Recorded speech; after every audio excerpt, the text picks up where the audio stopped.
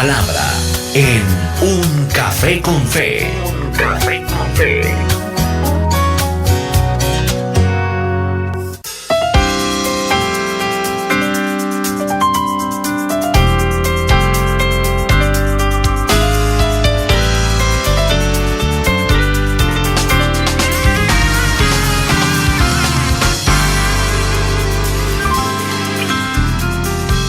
Bienvenidos a la palabra en el Café con Fe, como siempre, como cada día. Qué importante es la palabra de nuestro Dios que nos instruye, nos ayuda a crecer. El conocimiento de la verdad, el conocimiento escritural es muy importante en la vida de cada creyente. Este es el Café con Fe. Este tiempo queda alojado en nuestro portal a manera de podcast. Si quizás usted no puede escuchar en vivo y en directo, después le podrá escuchar a través de nuestro portal www.caminoestereo.com o en la plataforma de videos YouTube para que comparta esta palabra también con otros. Vamos a hablar un poco acerca de temas que para muchos son temas grises, porque no se conocen bien. ¿A dónde van los que mueren? Cielo, infierno, duermen.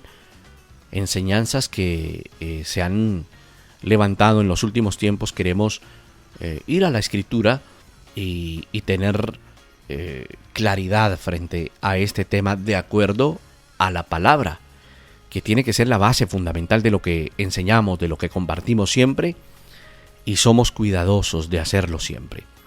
En algunos círculos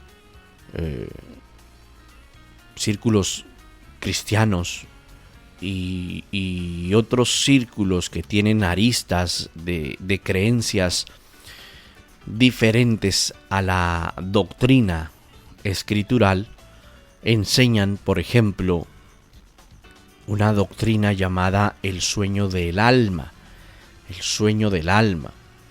Y ese sueño del alma enseña que las almas de los muertos, cuando una persona fallece, cuando una persona muere, que esas almas están durmiendo y que permanecerán así hasta la resurrección en el día del juicio final. Y aseguran que ese es un estado de total silencio, es un estado de inactividad y es un estado de absoluta inconsciencia. Y el respaldo más común que se utiliza para explicar esa enseñanza que se llama así, el sueño del alma, lo basan en Eclesiastés capítulo 9, verso 5, que dice, los muertos nada saben.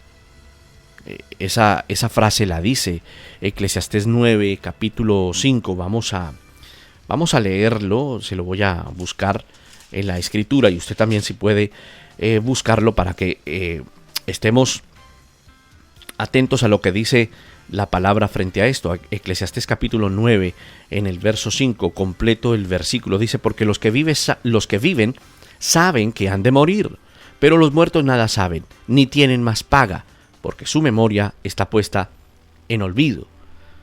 Pero nosotros debemos recordar algo. El conocedor de la Escritura, el estudiante de la Escritura, debe recordar que el libro de Eclesiastés, estimado amigo, está escrito en una cosmovisión puramente terrenal. ¿De qué hablo?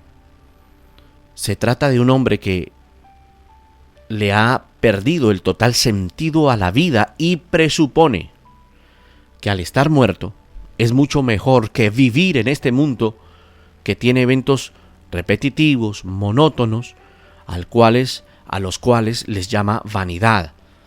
Pero es necesario comprender que Eclesiastés no es un libro doctrinal, es un libro poético. Por lo tanto, se trata de una literatura sabia o sapiensal, pero no es una doctrina o no es un libro que contenga doctrina.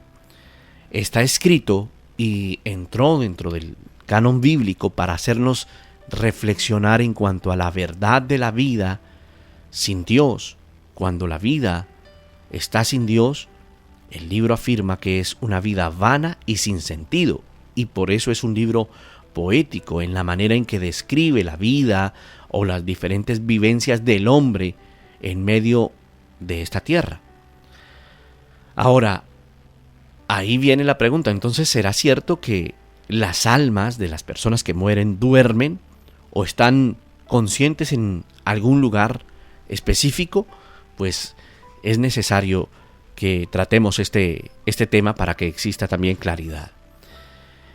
Vamos a afirmar, vamos a tomar un punto donde hablamos acerca del infierno, y actualmente el infierno eterno está vacío. Y uno debe marcar una diferencia. Vamos a mencionarlo como infierno temporal y vamos a mencionar infierno eterno, para que nuestros oyentes empiecen a entender el tema de este día. Ese infierno temporal es un lugar de espera. ¿Para quiénes? Para los que han muerto sin Cristo, mientras aguardan ese juicio final, en donde serán lanzados al fuego eterno, lo dice la Escritura. Y tal vez eso suene duro, confuso para otros, sobre todo para los que crecieron en algún momento bombardeados a través de películas, dogmas, dibujos, ideas de que hay solamente un infierno que está lleno de demonios, de personas malas, y que hasta el mismo Satanás lo gobierna, porque es un tema muy caricaturesco, ¿verdad? La gente dice, no, Satanás está ahí en las puertas del infierno y él abre las puertas y él recibe a la gente, pero en realidad no es así. Ese lugar está vacío en este momento. Actualmente nadie ha sido lanzado al lago de fuego, todavía no. Entendiendo, o así lo describe la Biblia, como el infierno eterno, es el lugar final donde irán a terminar el diablo, el anticristo, el falso profeta, los demonios y personas no salvas, no arrepentidas, que no creyeron el mensaje y no nacieron de nuevo. Y ellos serán lanzados después de el juicio que describe la Biblia, el juicio ante el gran trono blanco, que tiene su respaldo bíblico en Apocalipsis capítulo 20, del versículo 10 al versículo 15. Y es bueno hacer referencia a estos versos bíblicos que quizás usted en algún momento los ha leído. Apocalipsis 20 del 10 al 15 dice: y el diablo que los engañaba fue lanzado en el lago de fuego y azufre, donde estaban la bestia, el falso profeta, y serán atormentados día y noche por los siglos de los siglos. Y luego el verso 11 dice: y vi un gran trono blanco y al que estaba sentado en él, de delante del cual huyeron la tierra y el cielo, y ningún lugar se encontró para ellos. Y vi a los muertos grandes y pequeños de pie ante Dios, y los libros fueron abiertos, y otro libro fue abierto, el cual es el libro de la vida. Y fueron juzgados los muertos por las cosas que estaban escritas en los libros según sus obras. Y el mar entregó los muertos que habían en él, y la muerte y el Hades entregaron los muertos que había en ellos, y fueron juzgados cada uno según sus obras. Y la muerte y el Hades fueron lanzados al lago de fuego. Esta es la muerte segunda, dice la Biblia. Y el verso 15 dice: y el que no se halló inscrito en el libro de la vida fue lanzado al lago de fuego. Entonces, la pregunta que surge para muchos oyentes: ¿dónde está actualmente Satanás y sus demonios? Bueno, la Biblia afirma que se encuentran sueltos alrededor del planeta, que habitan en regiones celestes. Hay referencias bíblicas. Una de esas referencias bíblicas está en el libro de Job, cuando el Señor le pregunta a Satanás: ¿pero de dónde vienes? Y él responde: yo vengo de rodear la tierra y andar por ella. ¿Recuerdas esa referencia bíblica? En otra referencia bíblica, cuando Pablo le escribe a los Efesios en el capítulo 2, en el verso 2, diciéndole: es que ustedes anduvieron en otro tiempo siguiendo la corriente de este mundo y vivían conforme al príncipe de la potestad del aire, el espíritu que ahora opera en los hijos de desobediencia. Y otra referencia bíblica es cuando Pedro le escribe a la iglesia y les dice: sean sobrios y velen, porque nuestro adversario, el diablo, como león rugiente, anda alrededor buscando a quien devorar.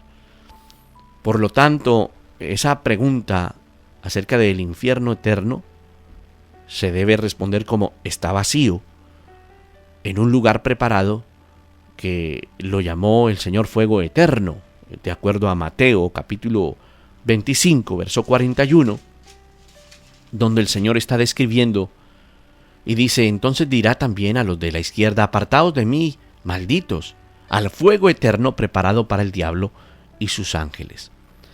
Entonces, actualmente, respondiendo a esa pregunta, el infierno está vacío. Pero hay otro lugar conocido en la Escritura como el lugar de los muertos, o también conocido en la Biblia como el Hades o como el Seol.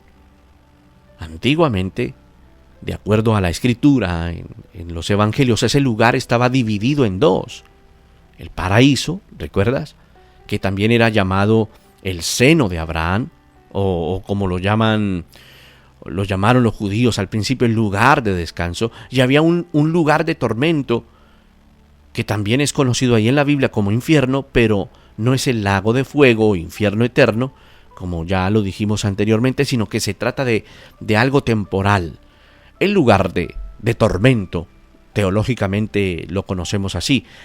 De acuerdo a la Biblia, estoy haciendo referencia al Evangelio de Lucas, capítulo 16, para que lo tengas en cuenta. Lucas, Nuevo Testamento, Evangelio de Lucas, capítulo 16, del verso 19 al verso 31. El Señor Jesús está enseñando acerca del hombre rico y de Lázaro, el mendigo, y describe que había un hombre rico. Y dice esta escritura que se vestía de púrpura, de lino fino, y que todos los días hacía un banquete con esplendidez, pero que también al mismo tiempo había un mendigo que se llamaba Lázaro, y Lázaro siempre estaba echado a la puerta de ese lugar. Lázaro sufría de alguna enfermedad porque estaba lleno de llagas, de acuerdo a esta escritura. Y dice la palabra que Lázaro ansiaba saciarse de esas migajas que caían de la mesa del rico, y que sería tan profunda su enfermedad y sus llagas que aún los perros venían y lamían sus heridas, sus llagas. Pero dice la Biblia, en esa enseñanza del Señor Jesús, que un día murió el mendigo y fue llevado, dice la Escritura, por los ángeles al seno de Abraham, y que también ese rico murió y fue sepultado. Y en el Hades, mira cómo lo referencia la Biblia, en el Hades, el rico, dice la Biblia, que alzando sus ojos y estando en tormentos, dice la Biblia que ve de lejos a Abraham, y junto a Abraham ve a Lázaro en el seno de Abraham. Entonces grita, da voces, dice: Padre Abraham, le pide misericordia, ten misericordia de mí, envía a Lázaro para que moje la punta de su dedo en agua y refresque mi lengua, porque estoy atormentado en llamas. Y el Señor Jesús cuenta que Abraham le dice: hijo, acuérdate que recibiste tus bienes en tu vida y Lázaro también recibió sus males, pero que él está siendo consolado aquí y tú estás atormentado. Y luego le dice a Abraham, de acuerdo a la descripción del Señor Jesús: pero aparte de todo esto, una gran cima, como una montaña, está puesta entre nosotros, de manera que los que quisieren pasar de aquí a donde ustedes están no pueden, ni tampoco de allá para acá. Qué tremenda descripción la que hace el Señor.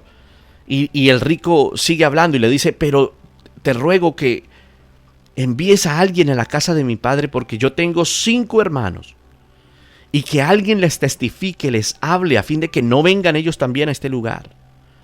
Pero Abraham le responde y le dice: ustedes tuvieron a Moisés, a los profetas, los tienen, óiganlos.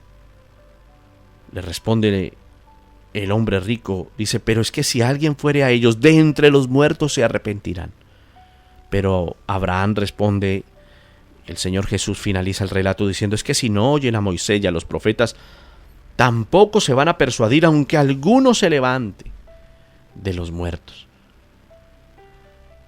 Esa escritura seguramente usted la ha leído y ahí resume lo que queremos enseñar. La gente de fe que se había arrepentido era llevada al paraíso.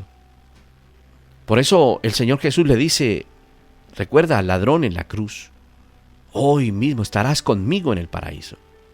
Pero la gente no arrepentida, no conversa, no convertida, no arrepentida, no nacida de nuevo, irá, pero en aquel entonces iba al lugar de tormento, como en el caso de ese rico impío que todos los días hacía banquetes. No se había arrepentido. Si uno quisiera llamarle el lugar de tormento o infierno, bueno, no hay problema, siempre que tengamos en cuenta que es un lugar temporal.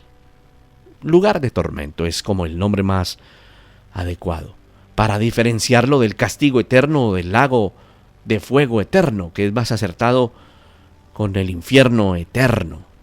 Ahora, las personas que están en ese lugar de tormento, hay que decir que de acuerdo a la Biblia se mantienen conscientes y no duermen. Por eso no tiene asidero la enseñanza o la doctrina errada del sueño del alma, porque las personas que están en ese lugar se mantienen conscientes. Cuando uno analiza el pasaje de Lucas, en el capítulo 16, uno puede ver claramente cómo el rico que se encuentra en el lugar de tormento tiene perfecta conciencia, tiene sentido de lo que está ocurriendo. Y le voy a describir tal vez, no sé, 4 o 6, 5 o 6 cosas de lo que él podía hacer. Por ejemplo, él podía ver de lejos. El versículo 23 dice que de Lucas 16, que en el Hades alzó sus ojos y vio de lejos. Podía ver de lejos. O sea, tenía activa su visión, su vista. Otro, podía identificar a las personas, porque el 24 dice que dando voces dijo, Padre Abraham. Identificó a Abraham. Ten misericordia de mí. Envía a Lázaro. O sea, también identificó a Lázaro. O sea, podía identificar las personas. Pero otro sentido que tenía ese rico allí está en el versículo 24, en la última parte. Él sentía sed y sentía calor, porque le dice, envía a Lázaro para que moje la punta de su dedo en agua y refresque mi lengua, porque estoy atormentado en esta llama. Sentía sed y sentía calor. Y luego una cuarta sensación que estaba viva, y es que tenía recuerdos. Le dice Abraham, pero acuérdate que tú recibiste tus bienes y Lázaro sus males. O sea, él podía recordar. Pero también surgía otra cosa, y es que tenía remordimientos. Nunca se arrepintió, y cuando estaba allí en el infierno lo que tenía era un remordimiento, ya era tarde para arrepentirse. Versículo 27 y 28. Le dice el rico, te ruego pues, Padre, que le envíes a la casa de mi padre, porque yo tengo 5 hermanos y necesito que les testifiquen a fin de que ellos no vengan hasta aquí, que no lleguen aquí. Habían remordimientos. Y ¿cuántas llevamos? Una sexta. El rico tenía facultad de razonar, podía razonar. El verso 30 dice, él entonces dijo, no, Padre Abraham, si alguno fuere a ellos de entre los muertos, se arrepentirán. Razonaba. No estaba durmiendo. Estaba muy consciente en todas sus facultades. Algunos dicen, esa fue una parábola del Señor Jesús, una parábola que enseñó. Pero no es una parábola porque está nombrando personas con nombre propio. Con nombre propio. Un hombre rico y un hombre llamado Lázaro, que estaba echado a la puerta. No estaban durmiendo, ninguno de los dos. Ahora surge otra pregunta allí para nuestros amigos oyentes en la idea de tener claridad frente a este tema en este podcast, en este Café con Fe. La pregunta que surge ahora es, bueno, pero entonces, ahora, ¿dónde se encuentran esos justos? Y aquí hay varias escuelas o posturas. Una de ellas es que cuando el Señor Jesús muere y resucita, va al lugar de los muertos y traslada a los que están en el paraíso a la presencia de Dios. El Señor Jesús le dice, ¿recuerdas lo que le dice al ladrón que estaba junto a él? Te aseguro que hoy estarás conmigo en el paraíso. Exactamente es Lucas 25:43. Nosotros tenemos la certeza como hijos de Dios que todos los creyentes somos llevados al reino de Cristo después de nuestra muerte, después de que fallecemos. Dice Pablo escribiéndole a los colosenses, el cual nos ha librado de la potestad de las tinieblas y trasladado al reino de su amado Hijo. Está afirmando el apóstol Pablo que al ser librado de la potestad de las tinieblas, menciona el poder que tenía la muerte en el no creyente. Por eso luego afirma que el morir para el creyente es ganancia. Ahora, de acuerdo a esa descripción que hace el Señor, ese lugar de los muertos se dividía en dos. Y una de las posturas es que el Señor Jesús va al lugar del paraíso a llevar consigo a los justos, ¿verdad? Esa es una postura. Dice que Jesús llevó esa cautividad. Otra postura dice que el Señor va a descender a ese lugar para mostrar al reino de las tinieblas que ha vencido. Y hay un dogma falso que se ha levantado en los últimos tiempos, que dice que el Señor Jesús descendió al infierno para pagar por los pecados, pero en realidad no es una enseñanza correcta, porque el pago por los pecados se dio cuando Él derramó su sangre en la cruz del Calvario. El pago por los pecados no se dio Él estando en el infierno. La redención de nuestro pecado, el pago por nuestros pecados se dio cuando Él derramó la cruz en el Calvario. El Señor lo afirma a través de su palabra, de su escritura, cuando Pablo le escribe a los Corintios, en la primera carta a los Corintios 6, verso 20, Pablo afirma, dice, habéis sido comprados por precio, glorificad pues a Dios en vuestro cuerpo y en vuestro espíritu, los cuales son de Dios. Y también el apóstol Pedro escribe en una de sus epístolas, fuisteis rescatados de vuestra vana manera de vivir, la cual recibisteis de vuestros padres, no con cosas corruptibles como oro o plata, sino con la sangre preciosa de Cristo, como de un cordero sin mancha y sin contaminación. Lo afirma la primera carta del apóstol Pedro, capítulo 1, versos 18 y 19. De manera que los justos no van al paraíso, sino directamente a la presencia de Cristo.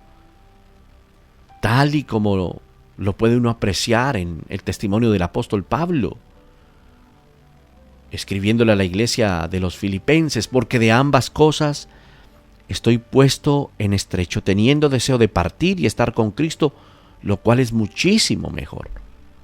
¿Recuerda cuando habla del morir es ganancia? Sabemos que cuando se desarme esta capa terrenal en la cual vivimos, este cuerpo corruptible, es decir, cuando partamos, cuando muramos, cuando dejemos este cuerpo terrenal, hay una casa en el cielo. Querido amigo, hay un cuerpo eterno hecho para nosotros por Dios mismo y no por manos humanas. Ahora nos fatigamos, ¿verdad?, en nuestro cuerpo mortal, en nuestro cuerpo actual, y anhelamos ponernos nuestro cuerpo celestial como si fuera ropa nueva. Es lo que está expresando el apóstol Pablo. Nos vestiremos de un cuerpo incorruptible, de un cuerpo celestial. No seremos espíritus sin cuerpo, no. Mientras vivimos, estimado amigo, en este cuerpo terrenal, gemimos, suspiramos, sufrimos, sentimos dolor, sufrimos, pasamos por momentos difíciles. Pero no es que querramos morir y deshacernos de este cuerpo que nos viste, no. Más bien queremos ponernos nuestros cuerpos nuevos para que este cuerpo que muere, que se deshace, sea consumido por la vida. Esa es la esperanza del creyente. Y esa es la esperanza de vida para aquel que sigue al Señor Jesús. Esa esperanza de eternidad. Queremos ponernos ese cuerpo nuevo. El Señor mismo nos ha preparado para esto y empieza a preparar la vida del creyente de esa manera. Y como garantía, dice la Escritura que como arras, como inicio de esa vida eterna, nos ha entregado su Espíritu Santo. ¡Qué especial! Por eso es tan importante que usted y yo valoremos el Espíritu Santo en nosotros, para que guardemos ya esa parte de la eternidad que ya tenemos en nosotros, que es el Espíritu Santo morando en nosotros, esa nueva vida en Cristo. Así que siempre vivimos nosotros, dice la Escritura, en plena confianza. Nosotros sabemos que aunque vivamos o mientras vivamos en este cuerpo carnal, terrenal, no estamos en el hogar celestial con el Señor todavía, pero creemos que estaremos allí. Creemos que ya se nos ha dado una muestra de la vida en Cristo y de la vida del reino. Por eso el Señor Jesús, cuando le habla a Nicodemo, le dice: es necesario nacer de nuevo para ver el reino de Dios. Si estamos plenamente confiados y preferiríamos estar fuera de este cuerpo terrenal, es porque anhelamos estar en el hogar celestial para siempre, para siempre. Ese debe ser el anhelo del creyente. No que anhele la muerte. No nos referimos a eso. No que el cristiano diga: ya me quiero morir. No. Es tener la esperanza, la fe, el incentivo en nuestra alma de que moraremos con Él, pero que ya tenemos una parte de esa vida eterna que es la obra del Espíritu Santo. El apóstol Pablo le escribe a la iglesia en Corinto y le dice que este texto lo utilizamos mucho los ministros, los pastores, cuando oficiamos, por ejemplo, un funeral. Este texto es tan precioso. Búscalo si quieres, la segunda carta a los Corintios, Nuevo Testamento, segunda carta a los Corintios, cuando Pablo le escribe en el capítulo 5 del verso 1 al 8, este capítulo tan especial y estos versos tan especiales, porque sabemos que si nuestra morada terrestre, este tabernáculo, se deshiciere, tenemos de Dios un edificio, amén, una casa no hecha de manos, eterna en los cielos. Y por esto también gemimos, deseando ser revestidos de aquella nuestra habitación celestial. Pues así seremos hallados vestidos y no desnudos. Porque asimismo los que estamos en este tabernáculo gemimos con angustia, porque no quisiéramos ser desnudados, sino revestidos, para que lo mortal sea absorbido por la vida. El verso 5 dice: mas el que nos hizo para esto mismo es Dios, quien nos ha dado las arras del Espíritu. Así que vivimos confiados siempre y sabiendo que entre tanto que estamos en el cuerpo, estamos ausentes del Señor. El verso 7, usted conoce este versículo, lo ha dicho muchas veces: porque por fe andamos, no por vista.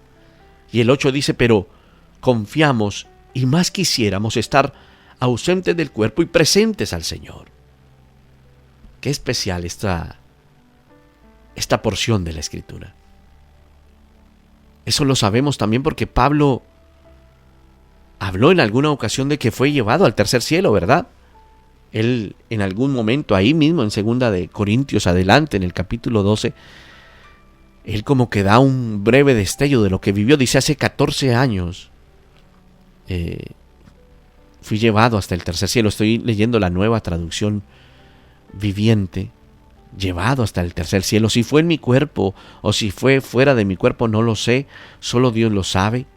Es cierto, solo Dios sabe si estaba yo en mi cuerpo o fuera de mi cuerpo, pero sí sé que fui llevado al paraíso y oí cosas tan increíbles que no pueden expresarse con palabras, cosas que a ningún humano se le permite contar.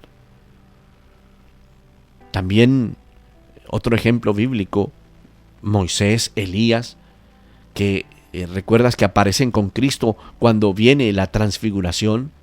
Ellos estaban con todas sus facultades hablando con el Señor Jesús.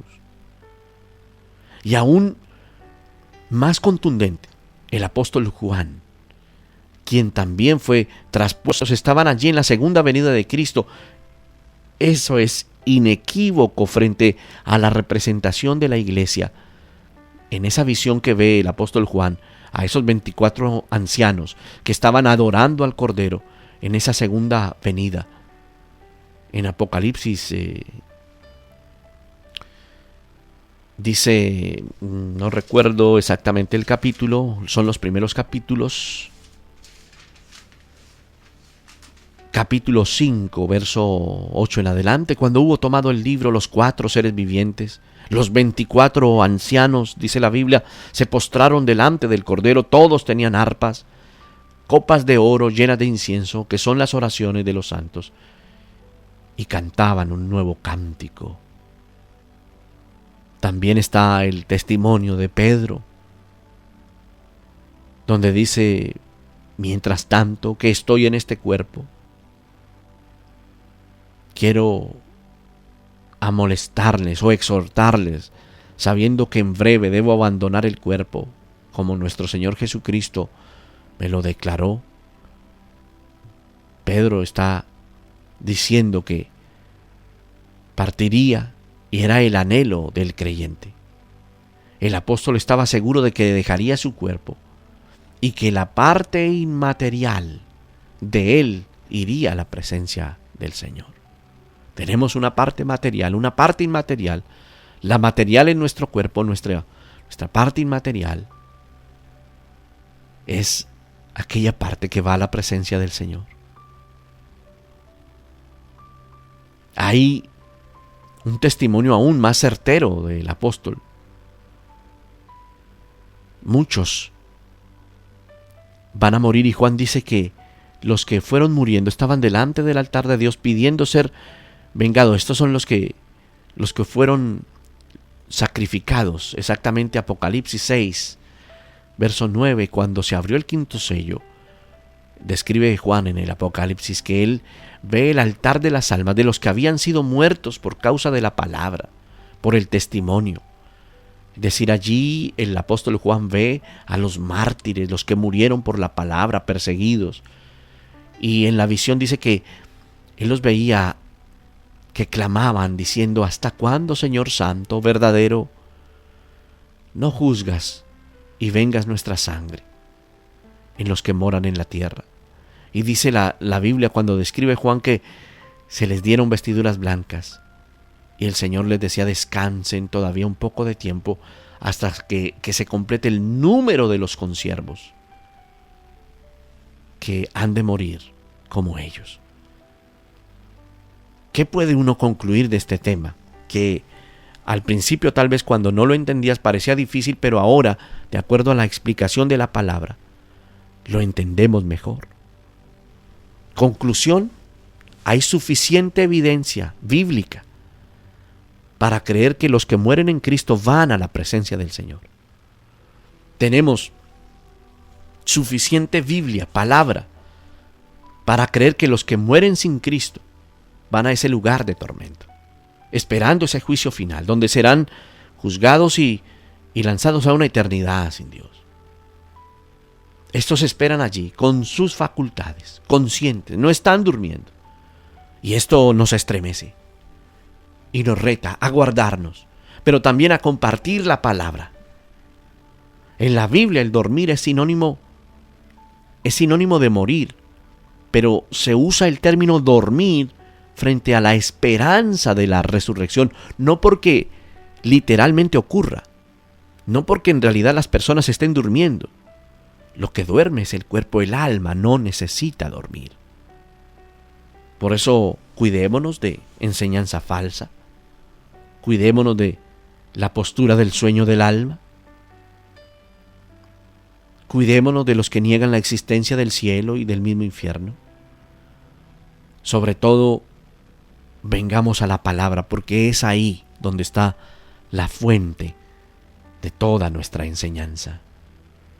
Amado Señor, te damos gracias por tu palabra. Señor, que anhelemos ardientemente, día a día, el estar en tu presencia, un día, el día que tú has designado para nuestra partida. Señor, y oramos también por los que comparten con nosotros, conocemos, familiares, amigos, allegados, conocidos, que no te conocen. Señor, ten misericordia de ellos ahora. Y si podemos ser instrumento para compartirles la palabra, danos la valentía, las palabras, el arrojo, la capacidad, la sabiduría, eterno Señor, para hacerlo, con el poder de tu Espíritu Santo. Te damos gracias en Cristo Jesús. Amén.